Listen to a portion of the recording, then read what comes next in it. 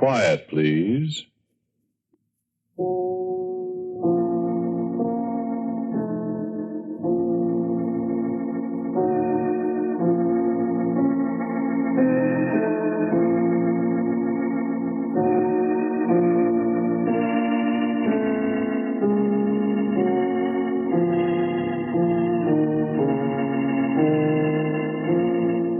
The Mutual Broadcasting System presents Quiet Please, which is written and directed by Willis Cooper and which features Ernest Chappell. Quiet Please for tonight is called The Thing on the Fourble Board.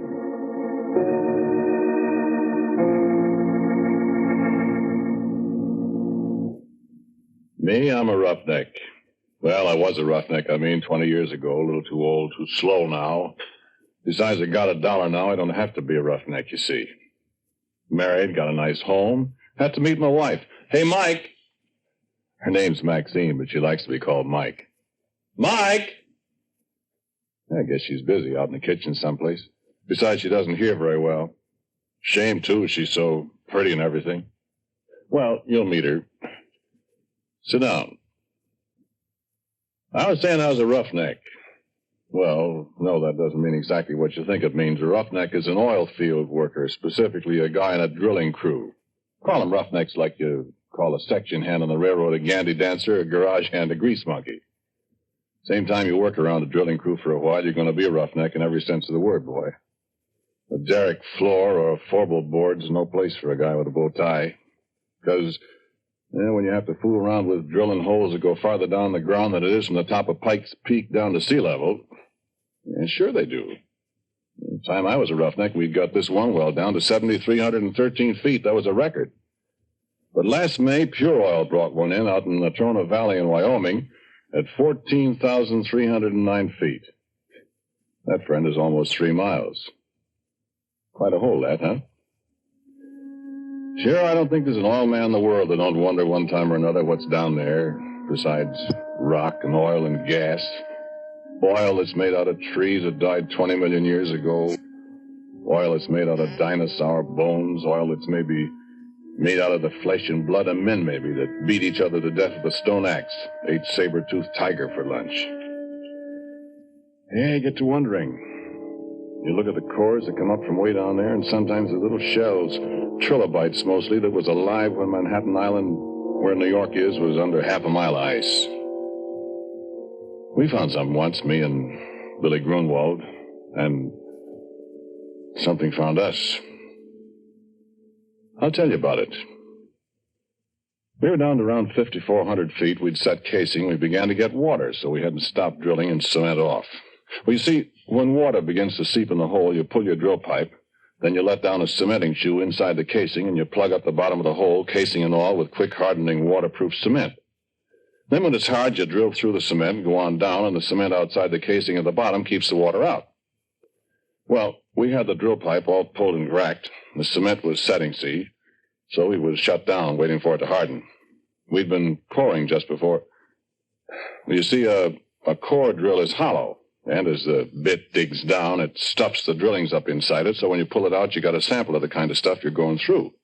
And a geologist can tell a lot from that. So there's nobody around the rig except me that night. The rest of the crew's going into town. I was toasting some pork chops over the forge for my supper. I heard a car pulling up. Look out, it's Billy Grunwald, the geologist, and I give him a hello. Hi, Billy. Come and have a pork chop. Hi, Porky. Where's everybody? They all went to town. I'm the whole crew.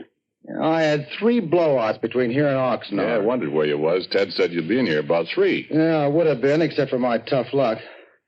Oh, I'm dead. Yeah, hungry? Starved. Yeah, I got 7 pork chops. Well, bread. And some coffee, kind of. Swell. Yeah, I got a bottle in the car. We're going to have a banquet. Hey, where's that core? That's what I came up here to look at. Yeah, back there on the bench. Look at it after supper. Hey. What? Didn't you say you were all alone here? I thought I heard somebody talking. I don't see anybody. Keep an eye on that pork chop. You won't have any supper. Yeah, I'm watching it. Yeah, let me put the coffee on. So? When'd you finish cementing? This morning. Last tower only made about 10 feet of hole, so Ted shut down before we get flooded out of house and home. What's funny about that water? How? Oughtn't to be any at that level, according to my figuring. Well, there is. Is it salt? Sure, right out of the bottom of the ocean. That's funny. Well, maybe I'll be able to tell something from the core. Yeah, I hope so. Well, last core I looked at, I'd have sworn we were getting into shale. Ain't seen none yet from the cuttings. It's funny. Here, your pork chop stub. Yeah, take some bread. Yeah, thanks. Oh, man. Good, huh? Yeah, put on another. I had 2 already before you come. Yeah, much obliged. Yeah, you never can tell what's down there. You get it all mapped and plotted out, all the straighter. And all you know is what comes out of the hole. Yeah. I'd like to go down there sometime if I was little enough. Never get you down a hole. Yeah, you'd fit. You're skinny. I'll stay up here and look at the cores, Bud. Where is that one? Behind you. Over there. Oh. Well, I'll have a look at it. Well, why don't you wait till you finish your supper? I'm just going to look at it. Put on another pork chop for me. Okay. Well, I wish those screech owls would keep... What's the matter? Wait a minute, Porky. Well, what did... Listen. What's eating you?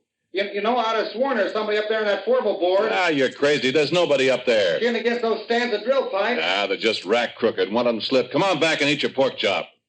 Yeah. Yeah, I guess so. Only What you so jittery about, Billy? Come on, eat your sandwich. Here. Yeah, well, thanks, Porky. I don't know. I'm just naturally that way, I guess. I'm always scared of the dark. Doggone it, I hate to be a baby, but I can't help it. Scared of the dark? Honest? Stupid, ain't it? Oh, I don't know. Everybody's scared of something. Me. Spiders scare the tar out of me. Black widows. Oh. I know how you feel, Billy. There another light over here? Yeah. Here. Ah. Oh. That's better. Hey, listen, Porky. Go out to the car and look in the left-hand door pocket and bring back that bottle, will you? That's what I need. Okay, kid. Okay. So I picked up a flashlight. I turned around and went outside. I found the car. Then I got the bottle. And the floor of the derrick was all lit up, and when I saw a beam of light suddenly flash up toward the Fourble board, I laughed. Billy Grunwald and his ideas. Sure, I looked up. There wasn't a darn thing up there except the drill pipe racked against the fingerboard. Oh, this Fourble board. Well, you've seen oil derricks or pictures of them. Do you know that little platform that runs around the outside of the derrick about halfway up? Well, that's the Fourble board. Well, you see, drill pipe comes in lengths, and you handle them with several lengths screwed together so as to save time getting them in and out of the hole. 2 lengths is a double, 3 is a triple, 4 is a Fourble. When you pull the pipe, you heist it up inside the derrick with a traveling block, which moves up and down from the crown block at the top of the derrick. Then when a Fourble of pipe is pulled out, it's held in the rotary table. You break the joint with tongs, like a great big Stilton wrench, you see. Snub a cable that's fastened to the handle over the cathead on the drawworks, and that breaks the joint. Then you hold the tongs on the pipe, give the rotary table a few turns to unscrew it. You heist away with the traveling block and swing it over against the fingerboard, lean it against the derrick. The guy up on the Fourble board takes off the traveling block. You do it all over again till you got all the pipe out, you see? Well, there wasn't anybody up on the Fourble board except a screech owl, and it flew away. So Billy turned his light off, and I come on inside. And just as I come up the steps, he let out a yell. Yay! What's the matter? What's the matter, Billy? Hey, come here. Look here. Well, what's it? Look, Porky. My... Where did you find that? Now, listen, Porky, I give you my word. That was embedded in the core. Why, it couldn't be. I tell you it was. Look where I dug it out. You know what? That rock there comes from a mile underground. And it's been a mile underground for 1,000,000 years. And look at this. And I did look. And what he was holding was a gold ring. And it was all carved and filigreed just like jewelry. And there wasn't any kidding about it. It was real.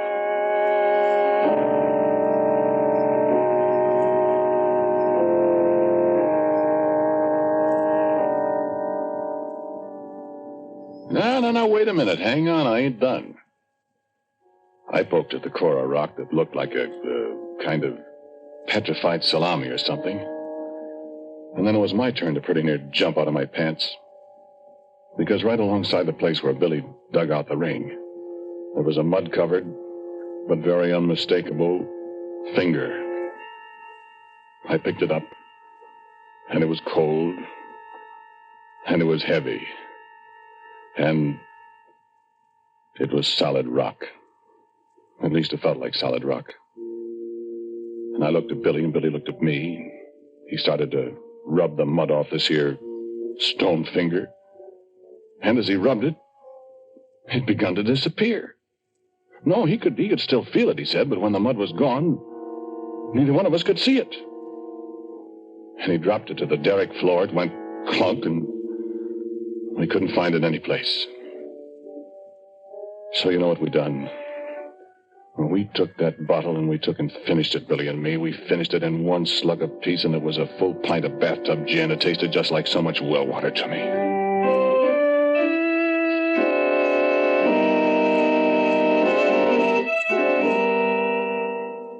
And then we sat down on the derrick floor and we looked at each other. We didn't say a word. My eyes got heavier and heavier. The last thing I remember was I heard some kind of noise that seemed to be coming up from the Fourble board 80 feet above us. I shut my eyes a minute. I guess I went to sleep.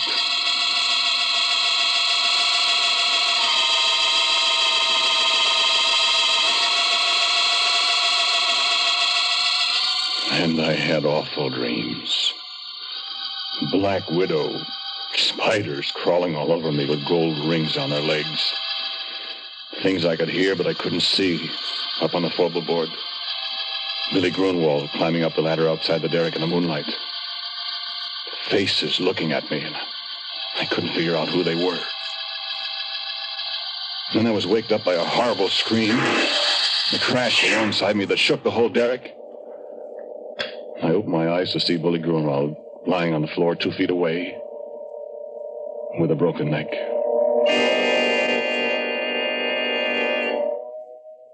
With a broken neck and his left hand, well, he put the gold ring on the little finger of his left hand, and the way his arms were spread out, his left little finger and the ring were gone. Well, friend, I got out of there. I run down to where Billy had left his car, and I got in. I stepped on the starter. And I couldn't get it to go, and then I remembered after I pretty near run down the battery that Billy had taken a key. I wasn't going up there and go through a dead man's clothes to get it. So I sat there in the car and shivered all by myself till daylight.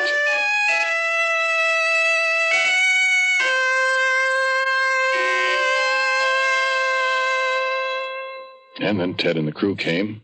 Afterwards, a state cop, and everybody in the world was asking me questions. Did you and Billy have a fight, Porky? I told you we didn't, Ted. But you had been drinking. We only had that little pint, Ted. Well, what was he doing up on the Fourble board?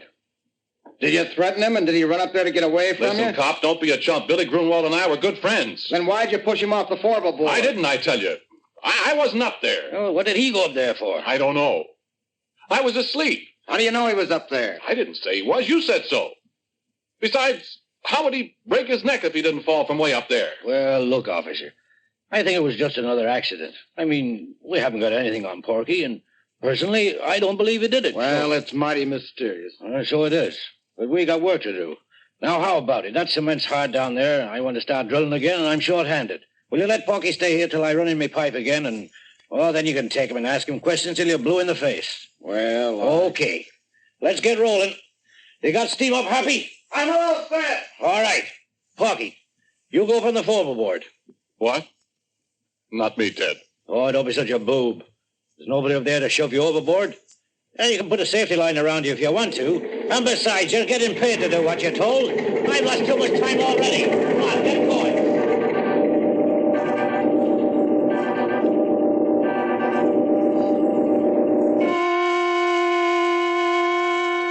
So, okay, I go up on the Fourble board.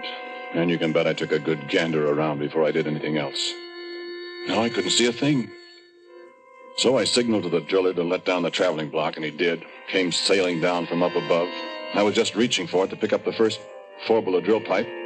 Gave a big jerk, and the cable broke. It dropped and nearly pulled me off the Fourble board. And it landed right on top of Ted. And if you have any idea what a guy looks like after 2 tons of metal land on him from 80 feet up, yeah, you keep your ideas to yourself.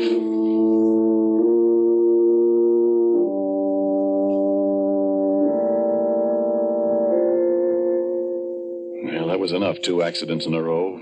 The whole crew quit. They wasn't going to wait for a third. And it was Ted's money that was paying off. There wasn't any more, and as far as I know, the abandoned derrick is still there. And that was 20 years ago. Oh, I forgot to tell you something. That traveling block was right in front of my face when it broke loose. It was hanging by steel cable, 3/4-inch steel cable. And I saw that cable break right before my eyes. Looked just like a piece of string when you snap it between your fingers. I could almost see the fingers. And you know what? There was something up there on the Fourble board with me.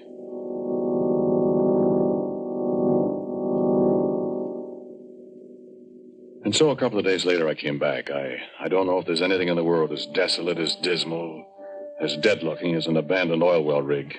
There it stands like a skeleton off on a deserted side road and the bare yellow hills surrounding it, and it's the deadest thing you ever saw. I sat in my car for a long time looking at it. Everything was just the way we'd left it. I looked in at the floor. The smashed traveling block was there alongside the rotary table. There was a little mutter of steam from the boiler. That was all. Then I heard a tinkle of something as it hit the ground alongside me. I looked around. There wasn't a soul in sight. But at my feet was the gold ring that Billy Grunwald and I had found in a core of rock that came from a mile underground and from 1,000,000 years ago in time.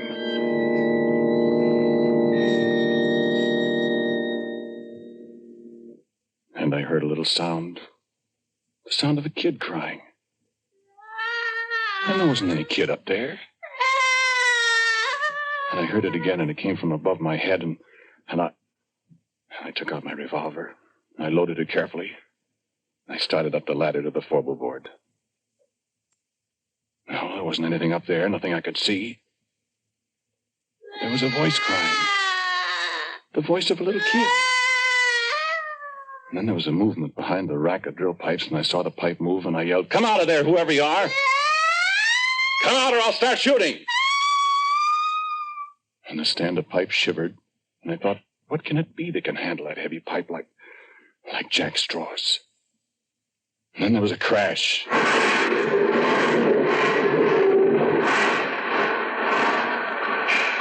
The whole stand of pipe fell over, and I just got out of the way in time. And I was alone on the Fourble board with the thing. But I couldn't see it. I felt the platform tremble under my feet again as something moved toward me. I fired 2 or 3 shots. And nothing happened. I started backwards. I knew it was following me because I could hear it meowing like a cat. My feet tripped over something. I saw it was a big can of red lead that somebody had left up there. Without thinking, I picked it up and I threw it at the sound, and it splashed. And there it was. And I wish the face of a little girl, frightened, crying with hunger and terror. Hands like a human being, and a finger missing from the left hand. And a body. Well, I'll tell you about that. I told you how I'm scared of spiders. But I knew where it came from. It had come from the bowels of the earth, come riding up on the drill pipe as we yanked it out of the well. come to an alien world and was lost. It stood there dripping with red paint, blood red from head to foot like some horrible dream. And it put its hand on my arm. Its hand was stone, living, moving stone. And it looked into my eyes and mewed like a lost kitten.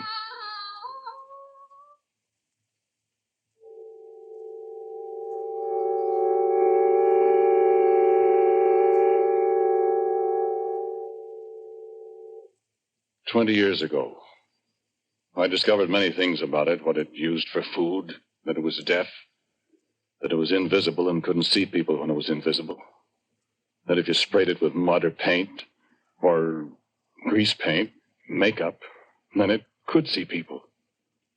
And believe me, I didn't want to see its body. I can see that in my nightmares. But its face, I can't help wanting to see that pathetic little girl face. I'm afraid maybe I've fallen. But it's very beautiful. And when it's well made up, it's... But making it up, rubbing grease paint on a stone face that looks at you and smiles, and it makes sounds like a lost kitten yet. I can disguise the body in long dresses. She can't hear very well, and when she's hungry, I have to stay out of her way. I found out what she likes to eat, remember? No, sit still. Sit still, do. Sit still or I'll have to shoot you. I want you to meet my wife. Or rather, my wife wants to meet you. Mike. Mike! There she is. Come on in, dear.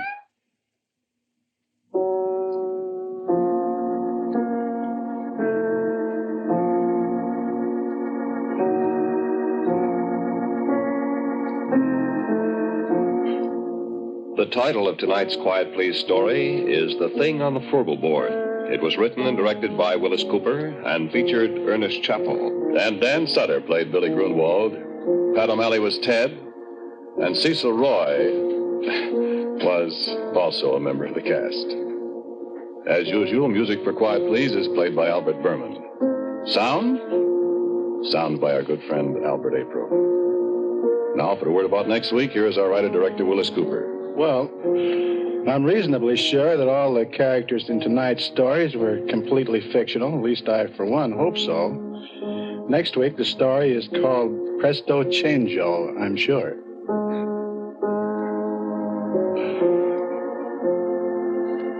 And so, until next week at the same time, I am quietly yours, Ernest Chappell. This program was heard in Canada through the facilities of the Canadian Broadcasting Corporation. This is the Mutual Broadcasting System.